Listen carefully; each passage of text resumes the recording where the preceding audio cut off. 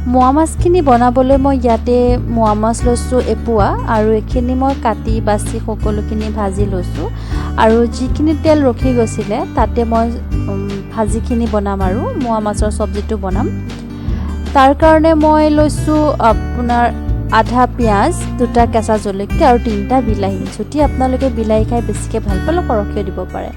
তেলখিনি গৰম হৈ যোৱাৰ পিছতে মই তাতে কাটি থোৱা পিঁয়াজ আৰু জলকীয়াখিনি দি দিম আৰু এইখিনি অকণমান ৰঙা হোৱাৰ পিছতে তাতে মই যিখিনি বিলাহী কাটি থৈছিলোঁ গোটেই বিলাহীখিনি ইয়াতে মিক্স কৰি দিম।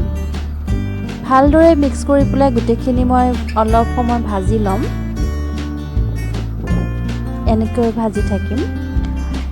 তাৰপিছতে মই ইয়াতে দিম অলপমান হালধি আৰু জোখমতে নিমখ।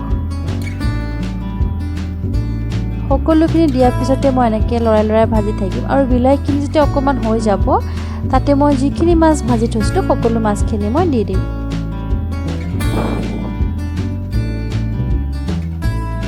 মাছখিনি অকণমান ভাজি লোৱাৰ পিছতে তাত মই অকণমান পানী দিম, অকণমান আৰু আপোনাৰ 4ভাগৰ 1ভাগ পানী দিম।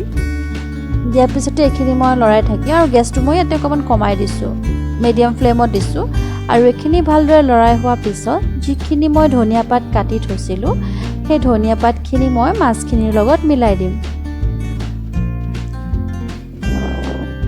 এতিয়া ধনিয়া পাতখিনি মিলাই হোৱাৰ পিছত গোটেইখিনি মই ভাজি ল'ম, অকণমান এনেকৈ ভাজি থাকিম।